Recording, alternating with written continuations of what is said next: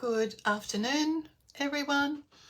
Hi, it's Bernadette here. It's lovely to be with you, whether you're joining me live today on Sunday, the 5th of November, or whether you're watching it later at another time. Welcome, and it's lovely to be with you, and I'd love to hear from you if you're out there.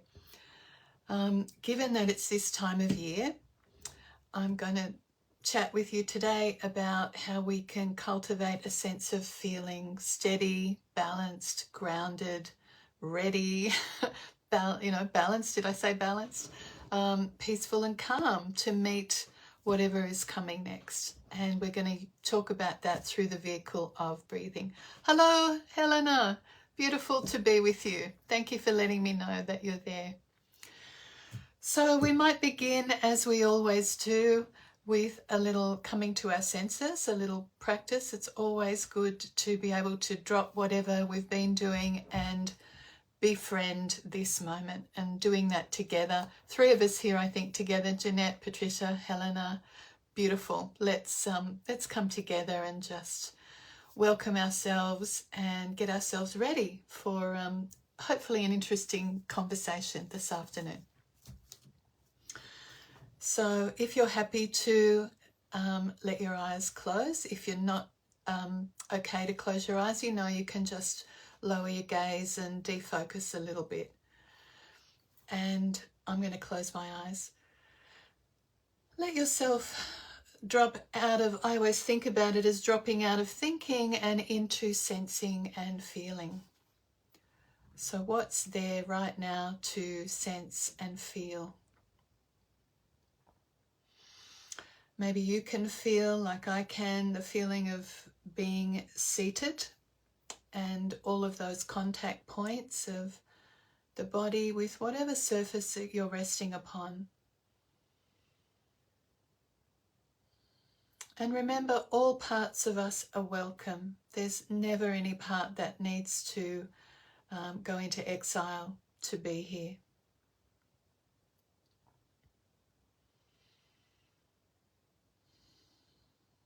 So any distraction, any achy bits, any parts that are unwell or overwhelmed or that we're not happy about, all parts of us are welcome. So as we drop out of thinking and into sensing and feeling, what do you notice? Maybe you could be 5% more comfortable. And that could be a little checking in with the shoulders, with the jaw, with your feet on the ground or the way your hands are resting. And maybe just have a sense that you're being supported right here, right now, with the ground under you through whatever surface is holding you.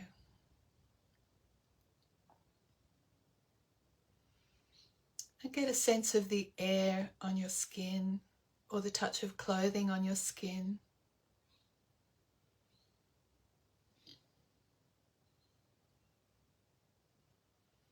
And aware that thoughts dance in and out of the mind.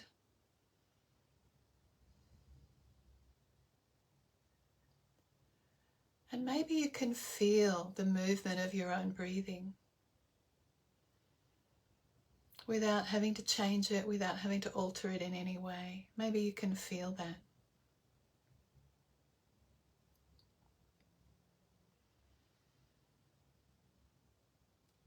And as you just scan your awareness around the body now, just noticing any sensations in the head. Not thinking about it, but just noticing the scalp, the forehead, and the face. Maybe there are sensations in the eyes, in the jaw, around your ears.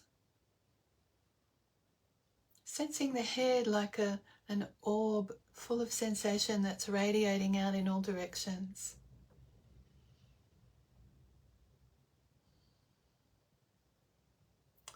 And sense the weight of the bones, the weight of your structure, your skeleton, giving its weight to the earth. The bones are that earth element. They're heavy and steady And just having a sense of right here, right now, maybe steadiness, stillness. And scan around the shoulders and all the way down the arms into the hands. And sensing your hands. What sensation is there that lets you know the hands are there? Maybe it's coolness or warmth or tingling, pulsing.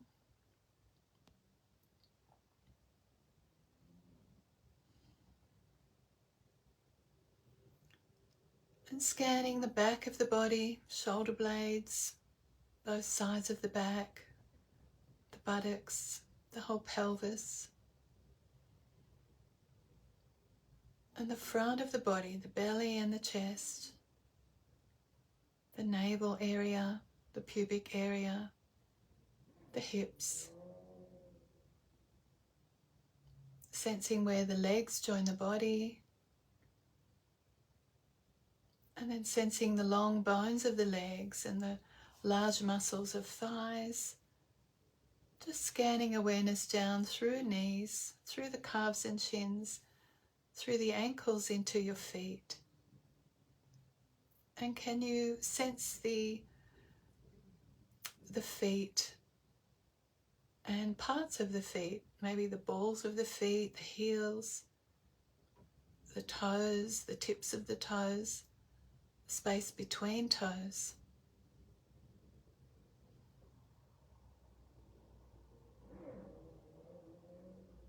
And here you are, the body, feeling the body,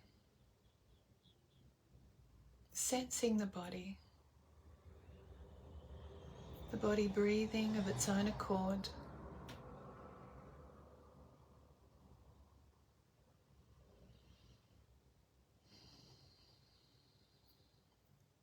And sensing up into your head again, and imagining the right hemisphere of the brain and the left hemisphere of the brain, and a seam at the center that connects them.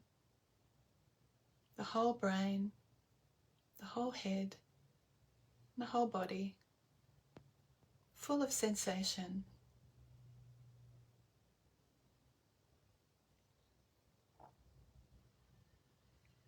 And I'd like to invite you just to take a slightly longer breath and notice how that feels for you.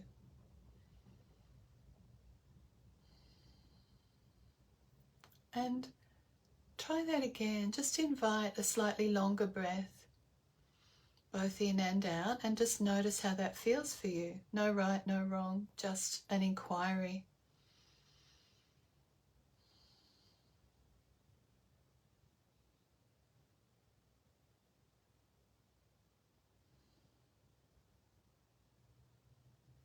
Good.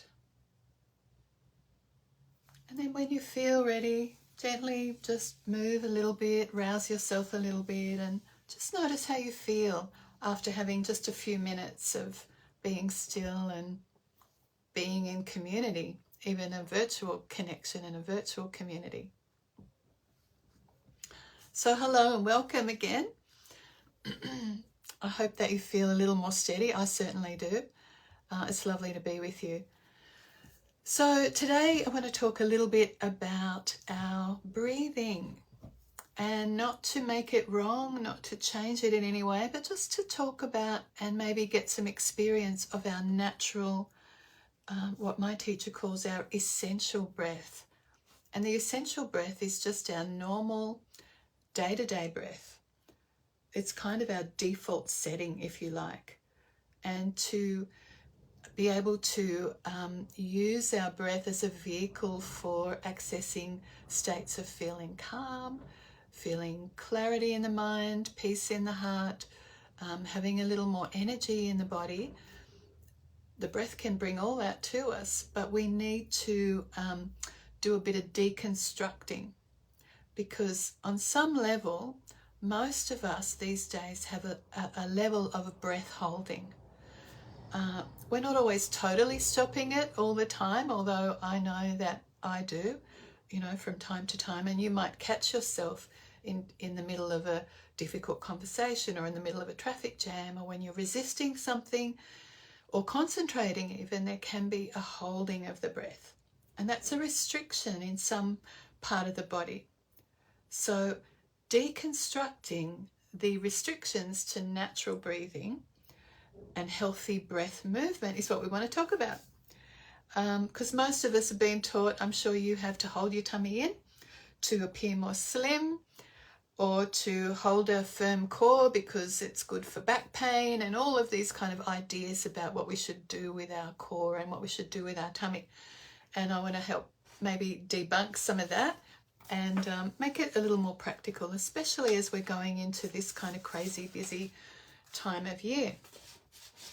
And you know, nowadays, as I said, breathing is disturbed for most of us because we're worried, we're disturbed, we're anxious, there's pollution, there's 5G, 4G, you know, there's abnormal blue light at night, there's, you know, a lot of stress. There's so much that externally takes our focus away from the breath, and even being able to encourage ourselves to breathe a little more. So my background's yoga. We're always interested in breathing in yoga. And in yoga and these ancient contemplative traditions, yoga and breath and energy go together. And they're not the same thing, but they go together. And in yoga, they call it prana. You might have heard it called chi. It's life force, life energy. And they say that energy, this prana, follows the breath. And then breathing follows the energy. But we can use the breathing to bring a little more energy into the body. If we cultivate awareness of our breathing, we can bring more energy in. And that's what I want to kind of talk about today. Because in the city, most of us live in the city, so I don't know about you, it's hard to get good quality air. And therefore, you know, with all the distraction that we have, hard to get good quality energy. So how do we focus on that? And I came across this. I'll just read this to you. It's a little observation by a woman called Nicola Hobbs, and I don't know who she is, so I haven't Googled it yet. But she made this comment. Growing up, I never knew a relaxed woman. Successful women, yes. Productive, plenty. Anxious, afraid, apologetic, heaps of them. But relaxed women, at ease women, women who aren't afraid to take up space in the world, women who prioritize rest and pleasure and play, women who give themselves unconditional permission to relax without guilt, without apology, and without feeling they have to earn it. Not sure I ever met a woman like that, but I would like to become one. And I say, amen, Nicola, me too. And I know that we're not just talking about women here. Being relaxed in this world is increasingly hard. And, you know, the more polarized society becomes, the more polarized human beings become. And when we become polarized in ourselves, meaning energy isn't traveling, energy is stuck, our cells are not communicating with each other, that can be pathological. There has to be circulation in an individual as in a society. And the chief characteristic of air and of breathing is that it's always moving. Angela, can you have a copy of that? It's a woman called Nicola Hobbs. I don't know. I might try and type that up and put it in the chat later if I can, if I'm clever enough to do that. Thank you. And I will quote her. So circulating energy in our body, or prana or chi, circulating that's our job. We can do that. And we need to circulate our energy in a calm, in a regular and a slow way. And that starts with our breathing. Our breathing has to be calm, regular and slow. If it's superficial and starting and stopping, that's a bit hectic, it's unstable, and energy, life force can't be stored in the body. So when our attention is moving in too many directions, we can't cultivate energy. We can't hold on to it in our body. I don't know about you, but who's feeling tired and worn out and overwhelmed and stressed and anxious about the future? I'm sure we all are. So the way we work with that is to focus on our breathing. So let's begin. We need to breathe calmly, slowly, deeply, and regularly. And that's our job, to give that message to our organism. And really, in my experience, first thing in the morning, you want to give, even before you get out of the bed, a few minutes. We've all got a few minutes before we can leap out of the bed. And if we take a couple of minutes just to give our organism the message that we want to breathe calmly, slowly, deeply, then we're setting up a pattern for the nervous system to follow the rest of the day. And of course, we need to, change happens in small increments on a daily basis, and you might have to set an alarm and, you might call it consciousness check or, breathing check, but I'd set an alarm to go off regularly where you can just check in and notice how it is that you're breathing. So before we do a practice, let me just say, to get energy, prana, chi in your body, we need good quality air, right? And we need good quality food. So if we're not living in good quality, where there's good quality air, you've got to get yourself to places where there is good quality air. Sometimes if you live with bad air, you've got to make sure your food is really good. And that's tricky, right? And if we're not getting good quality food, then we put more stress on the large intestine, and that means we're under stress. It's tricky, right? This is, if we want to be balanced and we want to be calm, it's our job to breathe slowly, to eat slowly, to get good quality air, good quality food. Not easy. It can be a full-time job. And they say when we do that, then our very cells, when we breathe regularly, when we eat regularly, when we sleep regularly, then our cells get confident that what they need is going to come, and then they get to relax. And when our cells get to relax, then we get to relax. So, and I read this, the more anxious your tissues are, the more anxious you are, and the less effectively we take in energy. So we need to work with our organism. We have to convince it that we're going to pay attention to relaxing, to having calmness and good quality air and food. So how do you breathe more effectively? Let us just do a couple of practices together. First thing, before you want to interfere with anything, remember it's about your essential breath and deconstructing the restrictions that might already be there. So you want to know where you breathe. Sometimes I just have a hand on the chest and one on the belly. You might close your eyes if you want to do this with me, and just notice where's the most movement. And you're not making anything wrong. You're just noticing.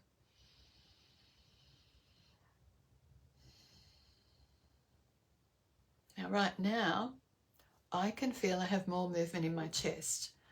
And that changes. Sometimes I have more movement in the belly. And to have a more relaxed system, we actually need a little more movement down deeper in the belly. This essential breath needs to be lower. 3 things. It needs to be through the nose, needs to be low in the body, and it needs to be slow. So 2 ways that I think you can, if you're a chest breather and your breathing is happening up here, then we are overusing these kind of secondary respiratory muscles all the time. So you want to check in throughout the day and notice if your shoulders are moving when you breathe. We're overusing these muscles, and we all have stiff necks and tight shoulders and tight upper backs for lots of reasons. Looking at the phone, one of them. But breathing in a less effective way can cause more neck pain and make us more anxious. So one way I like to do a repattern is to just put my attention in the belly, and I like to imagine there's a little balloon there, and it's a small balloon, and it's just gently inflating and deflating. And it's not something I have to do. It's just a gentle invitation for that little balloon to inflate and deflate. Little gentle movement.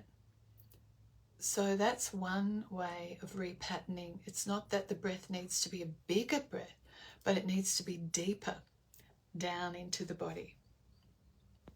So the diaphragm physically moves down. There's a downward movement which pushes out the belly, right? When you breathe in, that's what's normally meant to happen. Look at any baby, puppy, kitten. Your cat will be breathing in this way. And we, given that we were children once and then we went to school and we sat much longer than children need to sit, that changed our breathing pattern. The first time you went to the doctors, they probably put a stethoscope here and said, take a deep breath. That changed our breathing pattern and gave us the message that deep breathing happens up here. And then we all learned about holding in our tummies and all of that. That changes our breathing pattern. So we get to repattern it. We get to rewire that in our nervous system just by focusing on a gentle inflation. So let me know how that, it might seem so basic, and it is, but it's one of, the simple things are not simple, right? The little things are not little. Slowly and throughout the day, remind yourself to send the breath down into the belly with a visual of a little balloon, if that's helpful. Another thing that is helpful, I like to put my hands, I'll just sit up a bit higher on my rib cage. And I like to send the breath sideways so that my ribs expand sideways. I like to imagine that my ribs can move into my hands and I can feel it. And of course, that is sending the breath down lower in the body too. So that might be more accessible for you. Let me know if that is helpful at all. And when we can sit for a few minutes with these slower, deeper, lower in the body breathing practices, then we're encouraging energy, prana, chi to stay in the body. It doesn't just need an invitation to move around the body. It needs to move as it sees fit. But we need to store prana. We need to store that energy, and we store it in the bones. And that's a nice visualization too, if you use that as a meditative practice, to imagine that whatever energy you are inviting in with your breathing, that it gets stored in your body, that it gets stored in your bones. It's quite subtle, but we need to support the energy in the body and protect it and store it. Okay, so how's that going? Can you feel like the breath is moving into your side ribs? That's one of my favorite ones sometimes when I am, struggling and I'm feeling like I'm all up here. Singing, of course, is, thank you, Angela, singing fast or singing slow, that gets prana moving. So you want to chant, sing out loud, invite the breath to circulate. What else did I want to say about that? And one of the things I think that gets disturbed about our breathing, see, this is a big subject, a giant subject. I'm trying to make it practical. But energy circulates through the body. It moves up to get us moving, to mobilize, to activate, and it moves down, and the downward flow of energy is important because that's our digestion and elimination. That's about expelling, urine and feces and whatever gets expelled, fetuses even. So all of the energy in the body has different purposes, serves different purposes, got different jobs. And it gets very easily disturbed, especially that downward flow of prana. And I think that shows up with people with having gut issues. So, you know, having a sense of balance is what we want to do. And the other thing that I think is really good for that is alternate nostril breathing. And I'm going to talk to you about that in a minute. I just want to look at the comments. Deborah, when your mind's full of constant worry, you shallow breathe and have to force deep breathing.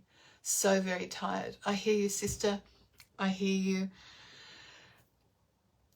Knowing that is the first step. Knowing that is a superpower, because so many of us are not even aware of how we're breathing. So knowing that and never forcing it, that's the big thing. You know, the essential breath, we are wanting to deconstruct the restrictions to the breath, and that doesn't mean manipulation or forcing. So just have those words about allowing the breath and inviting the breath and sort of trusting the body, and even visualizing that the breath is going there, but not forcing it. I hope that's helpful. And thank you, Wendy. I like that you can feel the ribs. That's important, that you can move those ribs. So I don't think you can go wrong as a way of getting balance in the body. I don't think you can go wrong with alternate nostril breathing. And I don't mean any fancy kind of stuff that you might learn in a yoga class, you know, where you kind of, you know, fiddle around with your nostrils and, as one of my teachers says, torture your nostrils. We're not going to do that, but a visual, an imagined, a psychic alternate nostril breathing, if you will, is a wonderful way to bring a little balance in the body. So alternate nostril breathing is important because we're never breathing through both, or rarely breathing through both nostrils evenly. Throughout the day, some part of the body is dilating and opening up, and another part of the body is closing down. That happens all day long. There'll be your left nostril affects the right side of your brain. So if you're in a more creative mood, you'll be focused, you'll be breathing more through the left side. The right nostril affects the left side of your brain. That's when you're in a more executive function, kind of clinical way of thinking, rational way of thinking. So it's changing all the time.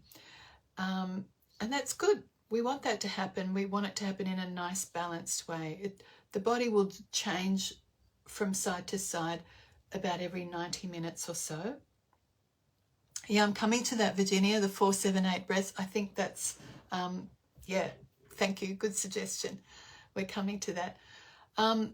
So the alternate nostril breathing, there's lots of things on YouTube, but again, you don't want to sort of torture your nostrils. What I like to do is just do it through the imagination first of all. So if you want to join me, let's just close our eyes for a moment. And you might want to just breathe out and let go of any tension you've been holding on to, any kind of, you know, going forth with it. And just rest back. And remember, it's about letting yourself receive the breath. And without starting yet, let me just explain that the alternate nostril breath, you imagine breathing in through the left nostril and breathing out through the right, and then breathing in through the right and back out through the left. And that's one kind of round, if you will. So whenever you feel ready, just start that in your own time.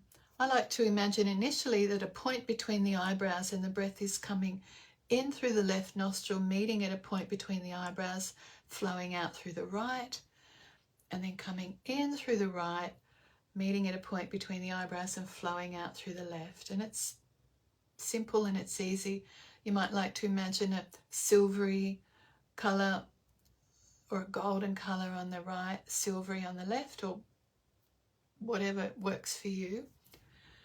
But just settle in with that in your own time and try and make it balanced and slow. In through one side, out through the second side, and then in through the second side and out through the first side.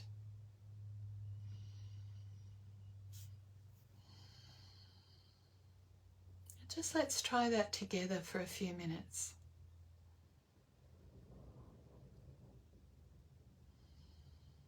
Not rushing it. Let the breath be as long or short as it is.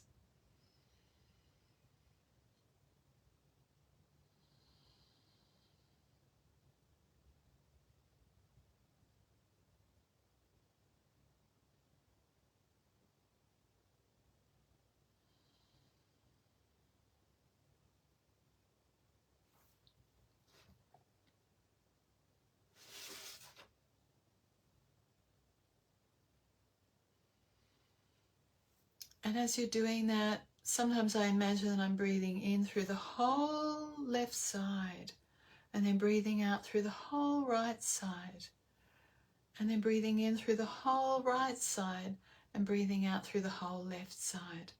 See how that feels for you. Just another half a minute.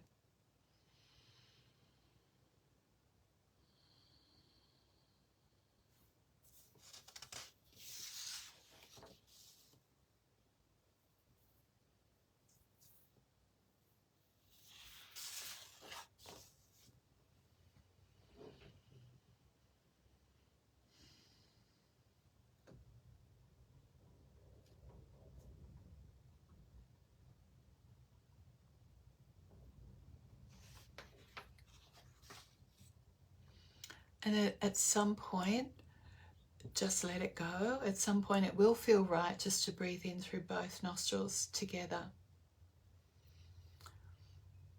And I wonder how, Glenn, it's lovely to know that you like that practice. It is a wonderful practice to do, to give your system a pattern to follow, a pattern that's about balance. You know, you can use your fingers and just delicately use your thumb to press against one nostril, breathing in through that second side, and then use your index finger or middle finger to breathe out. You can alternate opening and closing the nostrils, but you don't smash the nostrils. It's very delicate, and I think it's just do it in the least fancy way, and doing it in your imagination is powerful, and that can be something that you do first thing in the morning to encourage the system to follow a pattern so that it's shifting in a healthy way from one side to the other. And that's all about balance, and the definition of health is balance. And you can, from time to time throughout the day, just pay attention to which nostril is flowing, which one's working. And you can encourage them to work at different times. You can, if you've got to do your tax, right, you probably want your right nostril to be more open because that's your left side of the brain, my left here. So you might encourage breathing in and out through the right side. It's a sophisticated thing, but in this time, and especially with the news cycle the way it is and coming up to the end of the year, we always know how fraught that can be. Encouraging balance, I think, is more helpful than trying to impose anything on an already kind of flustered system. So that is great to promote calmness. And if you want to sleep, they say that it's helpful to sleep on your right side because that encourages your left nostril to be open, and then the right side of the brain, which is more restful. So awareness of where you're breathing, focusing on your body throughout the day, that's really all we need to do. That's really all we need to do, putting your attention. And if you notice that somewhere in your body is blocked, if you have a tight shoulder, or your gut is tight, or there's some sort of blockage somewhere, you can use visualization after you've been doing some of that alternate nostril breathing or some deep, slow, calm breathing abdominally. You can use your imagination to imagine that you're sending energy there, and imagine that it is, moving through the blockage. That energy prana is moving slowly through that blockage. It's not like you're putting Drano in, but you're just figuring out each day, adding a little bit more intentionality to it. And I think that's nice. I like to imagine sometimes, and I haven't been doing it as much of late, but that I'm storing this energy, this prana, in my bones, and I'm seeing it deeply move into the tissue inside the bones and spiraling deeply in there. The imagination is powerful. And you also want to have a little bit of faith in the efficacy of these practices, rather than it just being a head practice, a little bit of faith that this is going to help you. So here's a definition of balance, and that's why I like alternate nostril breathing, because it's about balance. This is an Ayurvedic surgeon, 14th century or something. He said, when we have balance in all parts of the organism, when the mind, the spirit, our feelings, our sense organs, when everything is satisfied, when everything is at peace, when we're not craving, when we're balanced physically, mentally, and spiritually, then and only then can we say we are healthy. So look, it's tricky, right? But remain calm. Keep your eyes on the prize, which is calm, steady, peace, wellness, wholeness, and deconstructing blockages to a natural and essential breath. That's what's going to get us through. So calm, slow belly breathing, alternate nostril breathing, and feels like breathing calm waves on the beach. I love that. Any books or reference points? Yeah, I'll put them, Angela, in the chat after this video. The 4-7-8 breath, was that you, Virginia, that mentioned that? Yeah, the 4-7-8 breath, I love that. Lots of versions of that, but there's a fair bit of research about the effect that has on the system. So it's breathing in for 4, holding the breath in for a count of 7, breathing out for 8. That can be a bit of a big count when you're beginning. So I like to start off with the square breath. I often do the square breath and then I move into that 4-7-8 breath. So the square breath, any count you like, but just think of 4 parts. Inhaling for a count, holding the breath in for a count, exhaling for a count, holding the breath out for a count. Okay? I usually start with 4. Sometimes it's 3 if I've been feeling, a little anxious. And you might want to try that with me now. So whenever you feel ready, breathing in for a count, maybe 3. Hold the breath in for a count, maybe 3, without strain. Breathing out for a count, maybe 3, no strain. And hold the breath out for a count. And just go with that. Let's just try that together a few more moments. Inhaling. Sorry, got interrupted there. Holding the breath in. Exhaling for a slow count. Holding the breath out. And if you need to pause, and sometimes you need to have a normal breath in between that, just notice how that is for you. There's never meant to be any effort with this, but counting can really engage the mind in this practice. When the mind's engaged with what the body's doing, there lies peace. So let's do that together another minute.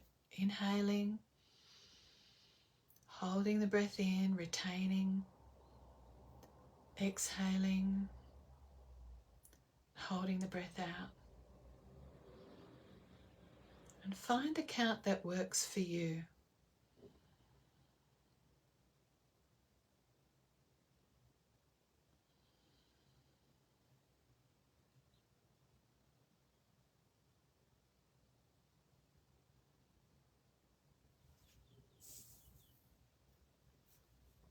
And I wonder how that's feeling.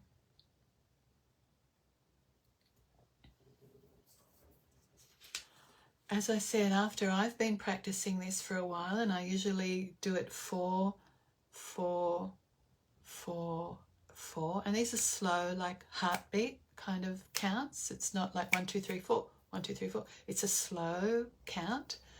Then I kind of morph into either the 4-7-8 breath, or sometimes my body has another suggestion. I might breathe in for 4, I might hold for 2, I might breathe out for 6 and hold out for 2. Sometimes my body finds its own count It's no longer a square. But I trust that and I go with that. And the key is never any strain. So I really encourage you to work with that one, the square breathing. So how is that helpful for you? Just looking for messages.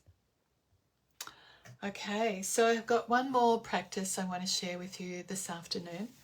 And look, if all this talk about synchronicity, you've been reading James Nestor's Breath. Ah, yes, that was one of the books I would definitely recommend. And Helena, yes, forcing it, yes, no strain is best, absolutely. There's enough strain in the world, right? We don't need to add to it. Another breath, this one I call the WHO breath, WHO, the WHO breath. And it's a normal in-breath through the nose, and it's a kind of purse the lips and a on the out-breath. And it's not like a strong breath. It's, and my teacher said this, almost like the sound you would hear if you put a seashell up against your ears. You know, you listen to a seashell and you hear that sound, the waves. One of you said the waves in the ocean. It's that sound. So you want to try the WHO breath together? I reckon doing 10 of these is really, really helpful, the WHO breath. So it's a normal breath in through the nose, and you purse your lips a little.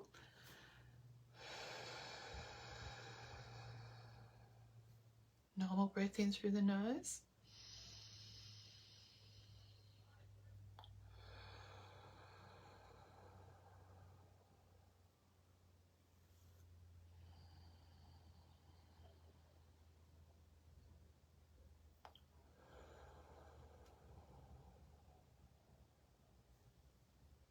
Remember the sound of a seashell.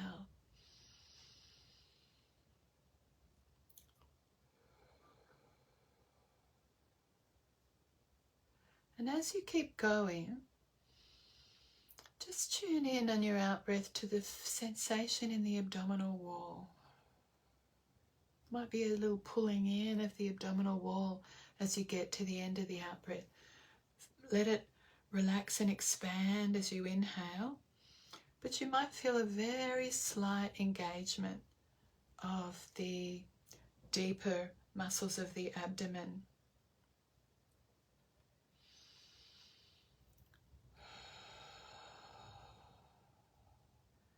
And that practice, especially if there's been any stress and you've noticed yourself getting anxious, getting wound up, the WHO breath, can't recommend that anymore. So remember the sound you would hear if you're listening to a seashell.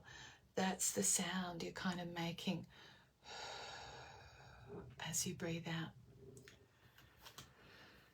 Okay, so one more practice, a little bit like that. What's best for public speaking? Slow breathing, public speaking, Virginia. I'd calm myself down before I went out there with slow, deep abdominal breathing. Remember, it's through the nose, it's slow, and yeah. And you might use a little bit of self-talk, positive self-talk too, but calming things down especially. And you know what? Telling the truth, I think, is really important in public speaking. I like to name it. If I'm public speaking, sometimes I say, I'm feeling a little bit anxious, calm myself down. I think that can help too. Deborah, do you know how our automatic breathing patterns are set as we sleep? The body does know how to breathe.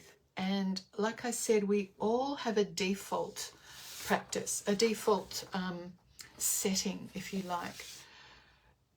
It's our natural breath, our essential breath, and some of us have a quicker, higher, more rapid breath. Some of us have a slower breath. That changes all day, all day. But yeah, when we're asleep, the body is breathing very slow and light. Little light inhales, little light exhales. Yeah, watch an animal breathing when they're sleeping and you get the picture. When we're dreaming, I imagine the breathing's affected. I don't know too much about that, Deborah, but I imagine if we're in the middle of a busy dream, then our breathing might reflect that. I can't say that I know any more about that. The other one, I'm waving this straw around. Sometimes if I'm feeling really anxious, and this might help you, Virginia, with public speaking, I wouldn't do it on stage, but if I'm feeling really anxious, or if you've got children who feel really anxious, this can help. We want to slow down the exhale, and it can be hard to do. When you exhale through a straw, you naturally slow down the out breath. So in breath through the nose.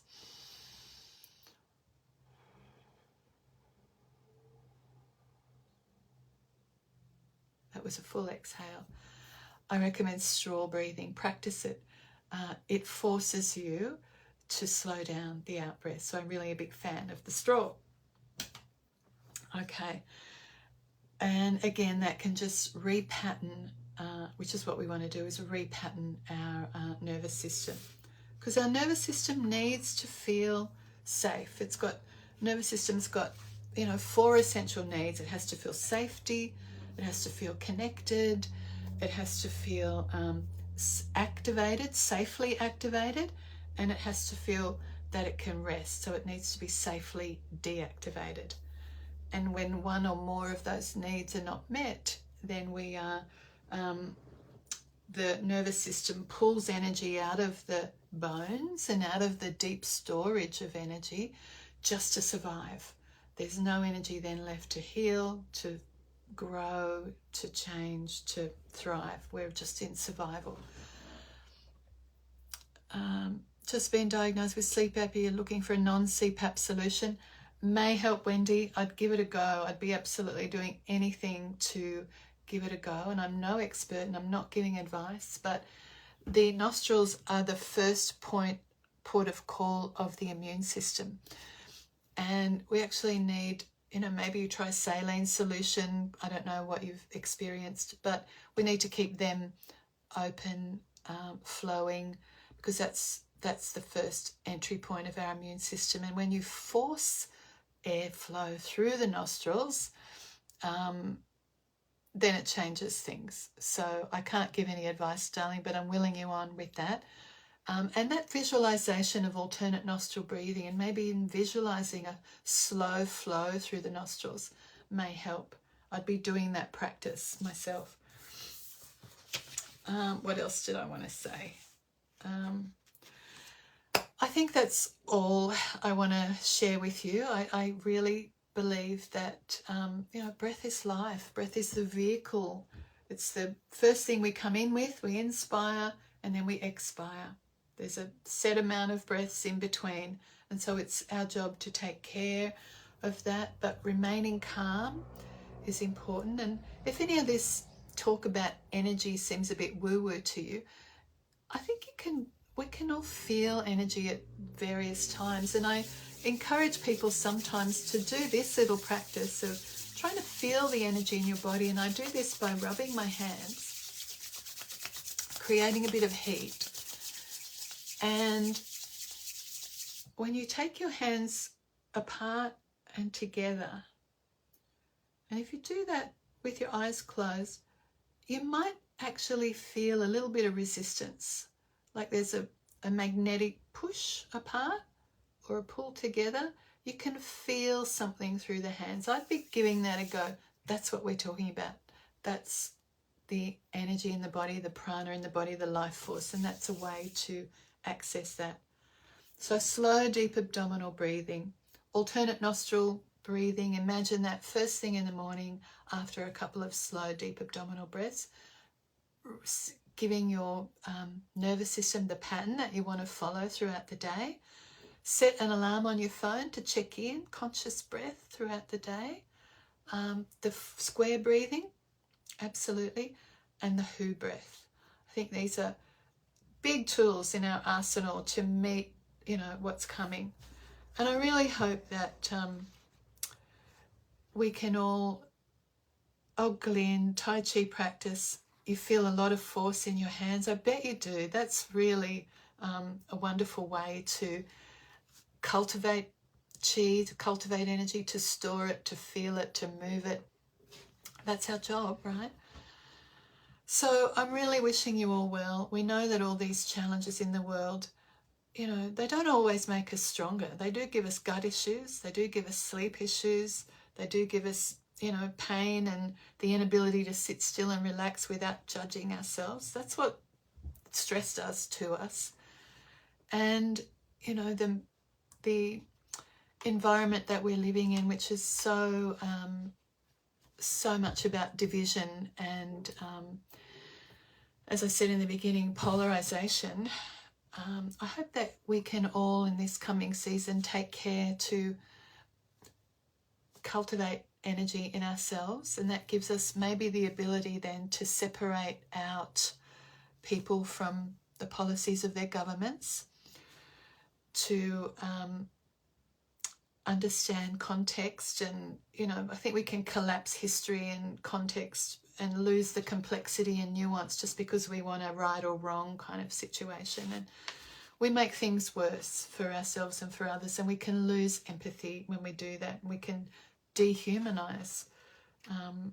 So I hope that breathing and taking care of your own organism can help you to keep your heart open to compassion for everybody else around you, to humanity, and to keep your own compassion and your humanity and your own care.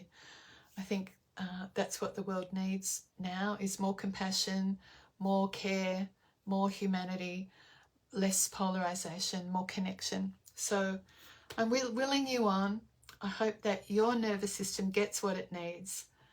It needs rest, safe rest. It needs activation in a balanced way. It needs connection and to feel safe. And when you direct your attention to yourself, your nervous system can feel safe. So thank you. Yeah, more kindness, Janelle. Thank you. You're 69. Oh, willing you on, and happy birthday. Many happy returns. I really wish you well, and thank you for joining us on your birthday. I hope you have a beautiful afternoon ahead. It's been a joy to be with you. It's been a long time between being with you, but I've really enjoyed it. And it's my love's work and my heart's work. And thank you for your comments and all your good wishes. And I look forward to being with you soon. Okay, bye. Slow, calm breathing. That's our superpower. Bye, everyone.